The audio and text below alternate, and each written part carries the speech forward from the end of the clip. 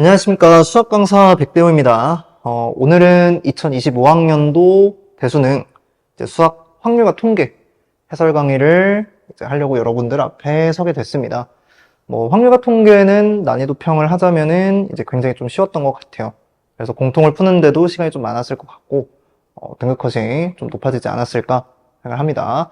그래도 우리가 살펴볼 문제가 있기 때문에 이제 저는 해설을 할 건데, 이거 클릭하시는 게 고3, 그러니까 수능이 끝난 이제 수능을 치른 여러분일지 아니면 확률과 통계를 공부해야 되는 예비 고3 여러분일지는 잘 모르겠지만 만약에 이 시험에서 배워가야 할 바가 아직 남아있다면은 배워가도록 하시고요. 아니면은 모든 게 끝나셨다라고 하면은 이렇게도 할 수 있었구나 라는 식으로 좀 즐겁게 시청해 주시면 감사할 것 같습니다. 자, 일단 각설하고 해설 시작하겠습니다. 23번은 그냥 이항정리 문제니까 x세제곱 2개 선택하면 되겠죠. 자, 그리고 24번. 자, 일단 해석을 좀 잘 해주셨으면 좋겠는 게 b가 전제가 돼 있지 않건 b가 전제가 돼 있건 그렇지 않건 지금 2분의 1이라는 확률로 나와 있으니까 a, b는 독립이다 라고 생각하시면 될 것 같아요. 자, 그래서 a에 해당하는 게 뭔가 있고 b에 해당하는 게 뭔가 있는데 지금 교집합에 해당하는 게 5분의 1이다. 자, 그럼 이 교집합이라고 하는 게 PA랑 PB를 곱한 거일 텐데 여기 있는 2분의 1이 올라가면 PB는 5분의 2 확률이 나오게 되겠죠. 그래서 교집합은 5분의 1인데 5분의 1 확률로 나머지 영역이 채워진다. 자, 그러면 전체 10분의 5였을 건데 10분의 2가 빠졌으니까 이쪽 10분의 3이고 얘들을 다 더해주면 A 합 B라는 게 나오게 되겠죠. 자, 그래서 10분의 7로 마무리 지으면 될 것 같습니다. 자, 넘어가서 25번은요, 제가 드릴 말씀 없을 것 같아요. 그냥 실내 구간의 길이 찾는 거니까. 자, 26번을 한번 봅시다. 어느 학급 학생 16명을 대상으로 A와 B에 대한 선호도를 조사를 했어요. 그래서 이 과목에 이 조사에 참여한 학생은 A나 B 중 하나를 선택을 했고, 얘는 9명을 선택을 했고요. B는 지금 7명을 선택을 했어요. 자, 그러니까 그냥 A랑 B 라는 게 9개, 7개 정도 들어있다라고 생각해도 괜찮을 것 같고 이 조사에 참여한 학생 16명 중에서 3명을 선택할 때 적어도 한 명이 B과목을 선택한 학생일 확률은 이라고 했잖아요. 그래서 저는 상황을 이렇게 좀 바꿨습니다.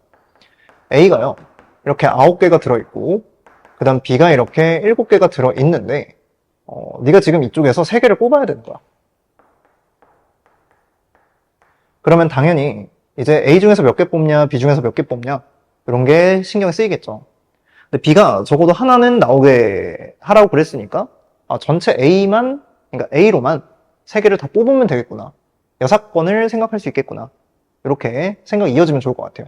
자, 그래서 전체 확률에서 16개 중 3개를 뽑는데 9개 중 3개를 다 뽑아서 A로만 구성된 경우를 빼면 되겠다. 자, 그러면 얘는 어렵지 않게 계산을 할 수 있는데 20분의 3이 나옵니다.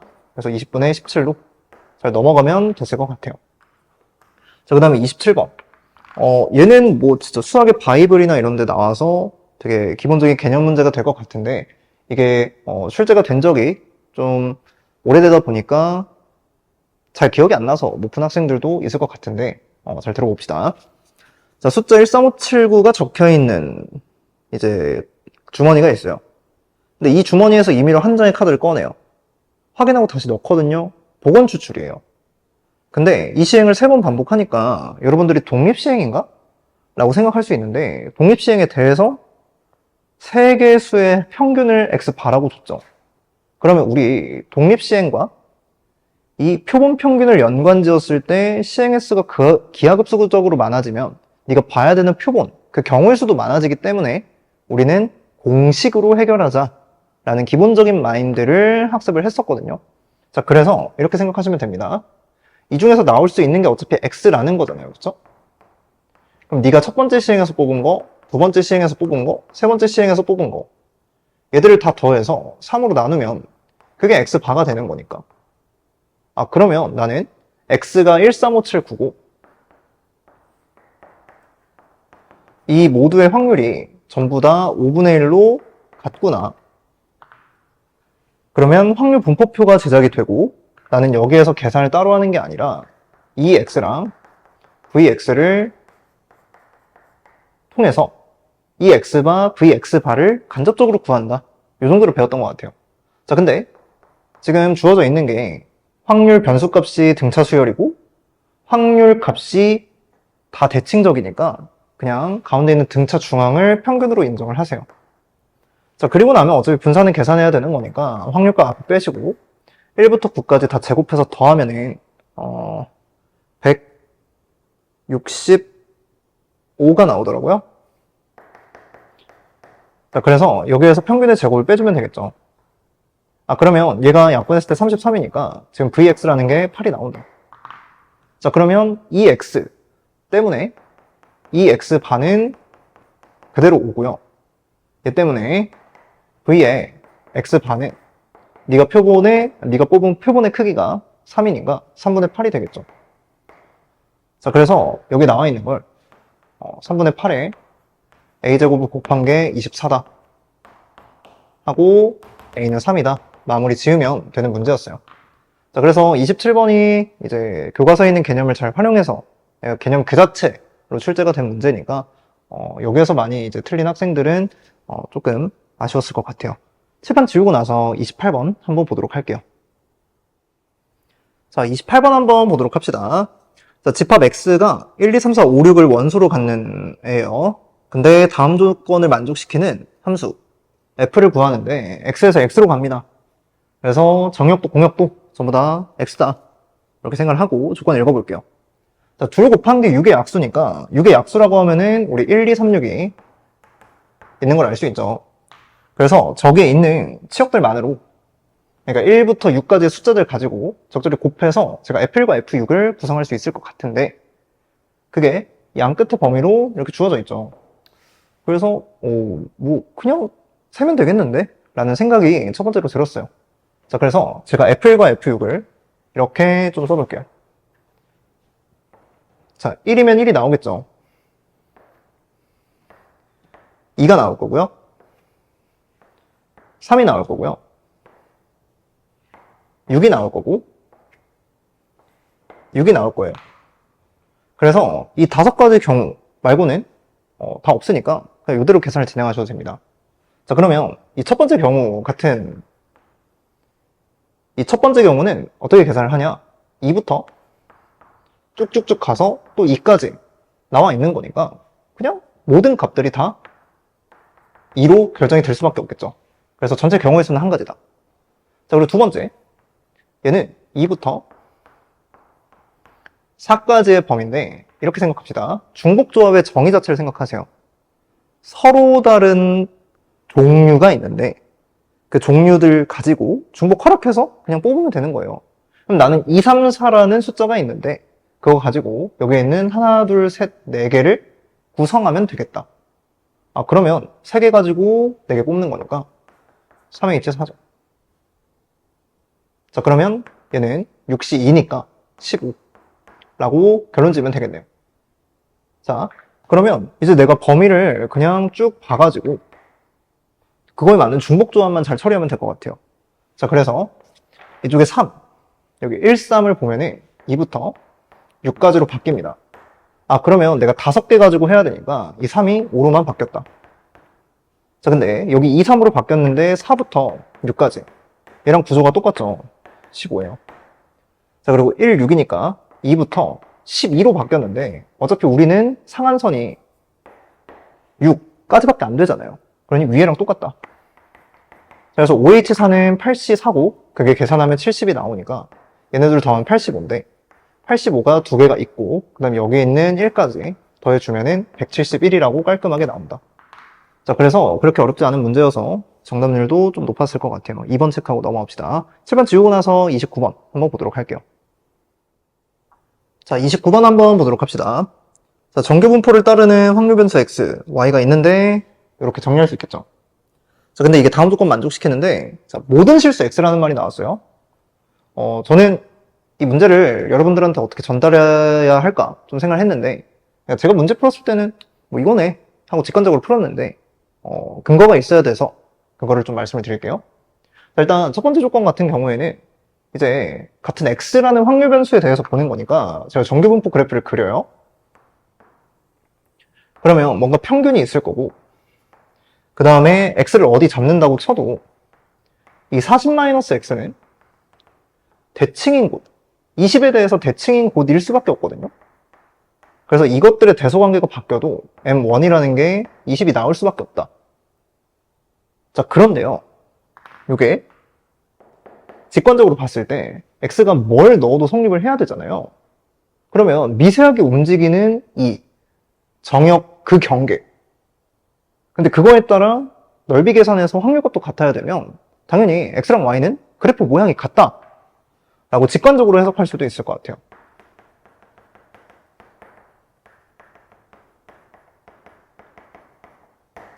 자, 근데 이렇게 직관적으로 넘어가기엔 조금 찜찜하실 수도 있으니까 제가 두 번째 해석을 좀 달아드리면, 두 번째 해석은 다른 변수에 대해서 우리가 비교할 땐 표준화라는 장치를 이용을 하죠. 그래서 표준화를 이용을 하시면 여기 있는 오른쪽 것들만 적을게요. 저게 x에서 y의 평균인 m2를 빼고 시그마2로 나눠요. 그리고 저기에서도 평균인 20을 빼면 얘가 될 거고 시그마1이 될 거예요. 자, 근데 이게 모든 실수 x에 대해서 항상 성립하는 항등식이어야 해요. 자, 그러면 1차 식에 대한 게 항등식으로 나왔으니까 우리 개수 비교하는 거는 수학상에 잘 학습을 했다, 수학상에서. 그러니 고일 개념이 섞였다라고 판단을 저는 했어요. 자, 그래서 당연히 여기 있는 분모 같아야 되고요. 얘네 둘도 같아야 합니다. 자, 그래서 그래프 모양이 같다, 그래서 표준 편차가 같다라고 직관적으로 이해를 하시고, 그러면 내가 평균이 그냥 10 차이네 라고 판단을 하셔도 괜찮은 거였죠.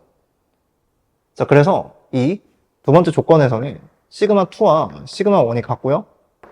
그 다음에 m2라는 게 10이다 라는 걸 얻어내셨으면 됐을 것 같아요. 자, 그러면 이제 저희한테 주어진 조건이 얘가 있는데, x랑 y를 제가 전부 다 그릴 수 있죠. 자, 그래서 한 군데다 그려요. 그럼 x는 평균이 20이고 y는 평균이 10이니까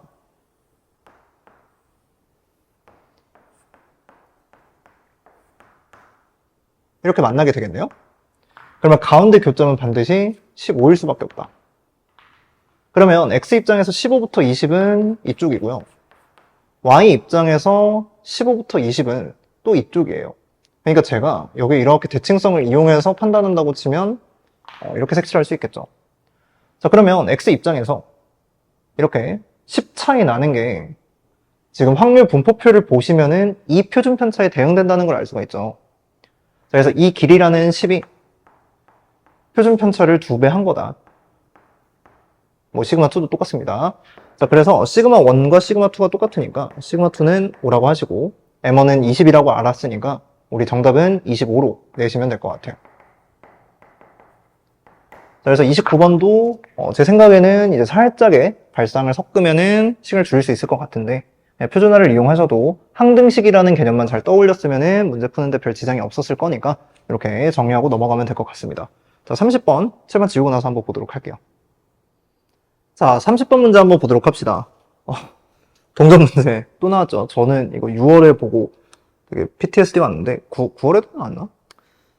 자, 그래서 아무튼 좀 쫄면서 이제 문제를 읽었는데 읽어보니까 그렇게 어렵진 않았던 것 같아요. 자, 탁자 위에 5개의 동전이 일렬로 놓여 있는데요. 이제 첫 번째와 두 번째, 지금 자리까지 다 지정을 해주셨어요. 그래서 앞면, 앞면, 뒷면, 뒷면, 뒷면이라고 해주셨고, 다음 시행을 이제 주사위랑 같이 진행을 해요. 자, 그래서 주사위를 던져서 나온 눈이 K인데 1부터 5일 때는 해당하는 번호의 동전을 뒤집습니다.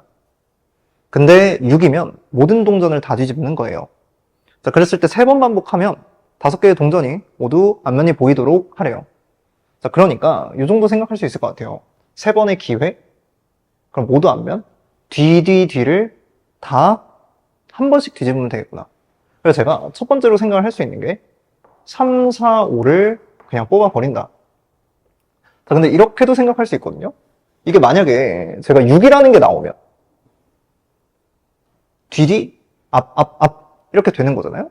그럼 뒷면 2개를 충분히 뒤집을 수도 있지 않나? 그래서 6과 1, 2 요 순서대로 나오는 것도 괜찮아요. 자, 근데 이게 사실 순서에 좀 구애받을까? 생각을 하면 이거 1번 뽑아요. D가 됐어요. 6이 나와서 다 뒤집어요. 그리고 나서 2번을 찍는다고 해도 괜찮죠. 그래서 612가 나오는 것도 그냥 어떤 순서로 배치가 됐건 상관이 없겠구나. 그래서 저 3, 4, 5가 한 번씩 나오는 경우, 그 다음에 612가 한 번씩 나오는 경우, 서로 다른 세 개가 나오는 거니까 통합해서 계산을 해도 괜찮을 것 같아요. 자, 그럼 어차피 모든 동전이 나올 확률은, 그러니까 번호가 나올 확률은 6분의 1이고 3번 시행이 되죠. 근데 제가 순서만 잘 배열하면 되니까 여기서 3팩, 여기서 3팩. 자, 그래서 30번이 너무 간단하게 풀렸습니다. 자, 그러면 이게 6 하나가 있죠. 36인데 얘랑 나누면 18분의 1이겠죠. 그래서 정답은 19 하고 간단하게 넘어가면 됐을 것 같아요. 자, 이렇게 확률과 통계 다 봤는데 일단 오늘 시험 치느라고 굉장히 고생 많으셨고 제가 공통해서 이제 따로 말씀을 드리진 않았어요. 이제 저는 4월까지 해설 강의를 찍을 일이 없어서 사실상 이제 떠나시는 분들한테 마지막 인사고 그 다음에 앞으로 뵈야 할 분들한테도 좀 기나긴 시간이 될 것 같은데 잘 준비해서 올 테니까 기다려주시면 감사할 것 같습니다. 자, 그러면 3월 달에 교육청 모의고사 해설 강의로 다시 뵙도록 하겠습니다. 안녕.